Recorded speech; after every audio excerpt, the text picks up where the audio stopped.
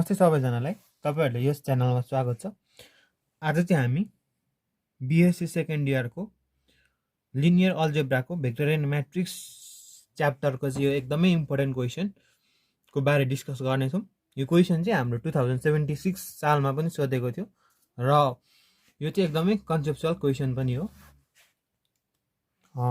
हामी कुनै पनि ढिला नगरी अब यो क्वेशन भित्र चाहिँ पसिहालौँ। यो क्वेशनले भनेको छ डिफाइन र्याङ्क अफ म्याट्रिक्स भनेको र्याङ्क अफ म्याट्रिक्स भनेको के हो र so that rank A less than equal to minimum am comma an भनेको एम भनेको चाहिँ रो, एन भनेको चाहिँ कोलम। म्याट्रिक्सको रो र कोलम भन्दा चाहिँ र्याङ्क चाहिँ धेर हुँदैन भनेछ। अनि यसलाई भेरिफाई गर्नु पर्यो। Verify this by taking matrix, यो म्याट्रिक्सको चाहिँ र्याङ्क निकालेर चाहिँ हामीले चाहिँ क्वेसनलाई इन्ट गर्नु पर्यो। सो र्याङ्कको डेफिनेसन एकदमै सजिलो छ। के छ भन्दाखेरि चाहिँ र्याङ्क भनेको चाहिँ कुनै पनि म्याट्रिक्सको चाहिँ रो रिड्युस्ड इक्वलन फर्मको मा चाहिँ कतिवटा non zero element, non zero रोहरू छ भनेर चाहिँ भन्यो भने चाहिँ त्यो चाहिँ हाम्रो र्याङ्क अफ म्याट्रिक्स भन्छ। भनेको यहाँ हेर्न सक्यो कि the number of non zero rows in row reduced echelon form is called rank of matrix. भनेको त्यो कुनै पनि म्याट्रिक्समा चाहिँ कतिवटा नन जिरो रोज छ, नन जिरो रोजको नम्बरलाई नै हामीले चाहिँ र्याङ्क अफ म्याट्रिक्स भनिँदो रहेछ। यसको मतलब हामीले चाहिँ कुनै पनि म्याट्रिक्सको र्याङ्क निकाल्नु पर्यो भने त्यसलाई चाहिँ हामीले रिड्युस्ड रो इक्वलन फर्ममा गर्नु पर्यो। रो ट्रान्सफर्मेसन्सहरू गरेर, रो अपरेसन्स गरेर चाहिँ रो रिड्युस्ड इक्वलन फर्ममा लानु पर्यो। त्यसमा चाहिँ त्यो कोलम हेर्नु पर्यो, रो हेर्नु पर्यो। भनेको रो भनेको सिधा होरिजेन्टल रो, भर्टिकल कोलम भएपछि सिधा कोलममा चाहिँ कतिवटा नन जिरो रो भनेको चाहिँ जस्तै रो रिड्युस्ड इक्वलन फर्मको यहाँनिर हामी हेरौँ 1 0 0 0 1 0 0 0 0 यस्तो छ भने यसको र्याङ्क भनेको 2 हुन्छ। किन भन्दाखेरि चाहिँ तलतिरको रोमा सबै जिरो छ, त्यो चाहिँ जिरोको रो भयो होइन। मासतिरकोमा चाहिँ 1 र 1 छ भनेको नन जिरो छ, नन जिरो एलिमेन्टहरू छ। नन जिरो एलिमेन्ट भएको एउटा रो र दुईटा रो भनेको यसको र्याङ्क चाहिँ 2 भयो। यहाँनिर इनकेस यहाँ 1 थियो भने रो रिड्युस्ड इक्वलन फर्ममा चाहिँ यहाँ 1 थियो भने यसको र्याङ्क कति भयो? 3 भयो। जस्तै यहाँ पनि 0, यहाँ पनि 0, यसको इलिमेन्ट चाहिँ यहाँ मात्रै छ भने चाहिँ त्यसको र्याङ्क 1 भयो। किन भन्दाखेरि यसको non zero element, non zero row भनेको चाहिँ एउटा मात्रै भयो। यसको कन्सेप्ट यति हो। The number of non zero rows in row reduced echelon form is called rank of matrix. अब यो भनेको चाहिँ so that rank A less than equal to minimum am comma an भनेको चाहिँ यसको चाहिँ हामी ल्याङ्ग्वेजले गर्नुपर्छ। भनेको कुनै पनि म्याट्रिक्सको र्याङ्क चाहिँ त्यसको नम्बर अफ रो भनेको एम भनेको कलम कि रो, एम भनेको रो, एन भनेको कलम भनेपछि रो इन्टु रो र कलम भन्दा कुनै पनि म्याट्रिक्सको रो र कलम भन्दा चाहिँ त्यसको र्याङ्क चाहिँ एक्सिड हुँदैन भनेको छ। किन भन्दाखेरि चाहिँ यसको प्रुफ चाहिँ हामी यसरी गर्नुपर्छ।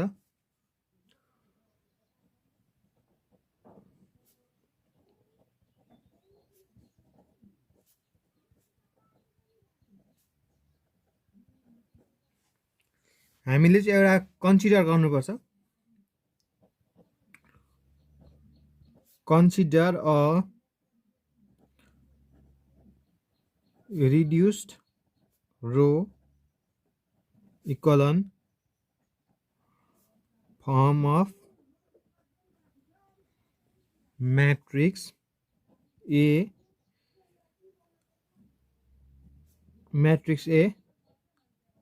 विथ अर्डर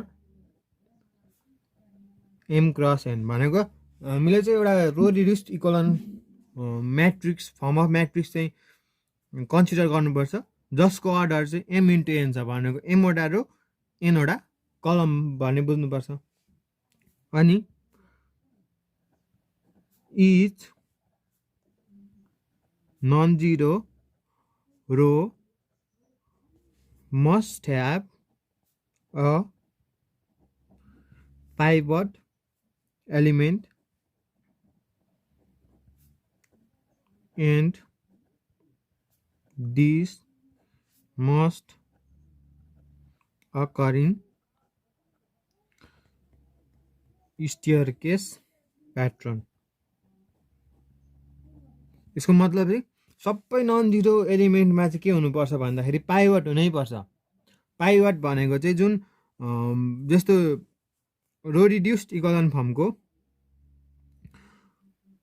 यो रो रिड्युस्ड इक्वलन फर्मको भनेको 1 यो एलिमेन्टदेखि तल चाहिँ सबै जिरो हुन्छ क्या। यो 1 यहाँ जिरो छ अनि यो 2 0 0 2 3 5 6 1 7 यस्तो छ भने यो पाइभट हो भनेको यहाँदेखि चाहिँ सबै जिरो भयो। त्यस्तै यहाँ जिरो छ भने यहाँ 3 छ भने 3 देखि मुनि सबै जिरो छ भनेपछि यो पाइभट भयो यसरी। अनि 7 यो पाइभट भयो यसरी। यो भन्दा अगाडिको भिडियोमा कभर गरेको छ त्यो हेर्नु होला कि रो रिड्युस्ड इक्वलन फर्ममा पाइभटको बारे जानकारी दिएको छ। यहाँ चाहिँ मैले त्यतिकै भने। अनि यो स्टेयरकेस भनेको चाहिँ यस्तो सिडी सिडी सिडी जस्तो छ नि हो त्यो भनेको। सबै नन जिरो रोमा चाहिँ पाइभट हुनै पर्छ। अनि this and this must occur in staircase pattern. अनि each new pivot must occur on zero row and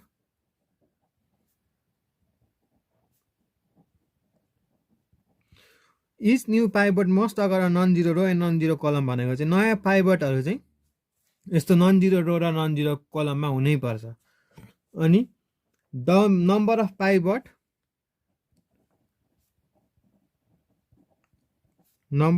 pivot भनेको पाइभटको नम्बर चाहिँ cannot exceed N or M भनेको कलम र रो भन्दा धेर चाहिँ पाइभट हुनै सक्दैन। किनकि पाइभट भनेको त कलम जति छ यसको पाइभट 3 भयो, यसको पाइभट 3टा छ हैन। तर यसमा 4टा त हुन सक्दैन किन भन्दाखेरि फोर्थ रो नै छैन त कहाँबाट पाइभट होस्। अब यहाँनिर 0 छ भने 2टा पाइभट भयो। पाइभट चाहिँ नम्बर अफ रो र नम्बर अफ कलम भन्दा धेरै हुनै सक्दैन भनेको। The number of pivot cannot be exceed N or M. त्यसो डियरफोर पाइभटै थोर भएपछि र्याङ्क पनि कलम र रो भन्दा एक्सिड हुन पाएन।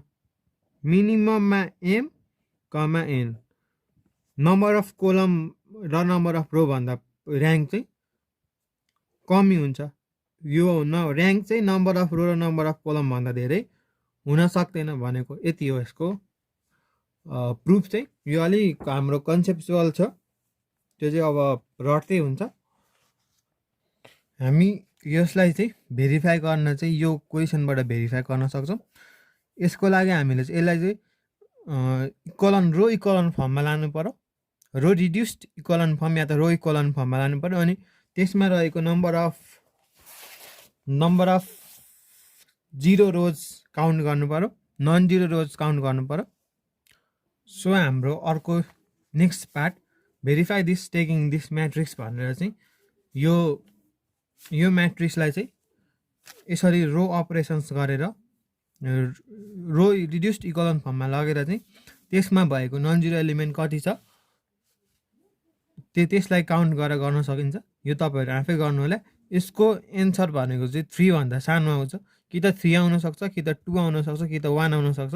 तर यसको number of row reduced number of non zero element चाहिँ यसको नम्बर अफ रो या नम्बर अफ कलम भन्दा चाहिँ कम आउँछ। यो रो रिड्युस्ड इक्वलन फर्ममा सल्भ गरेर आफै सल्भ गर्नु होला। हस्, धन्यवाद।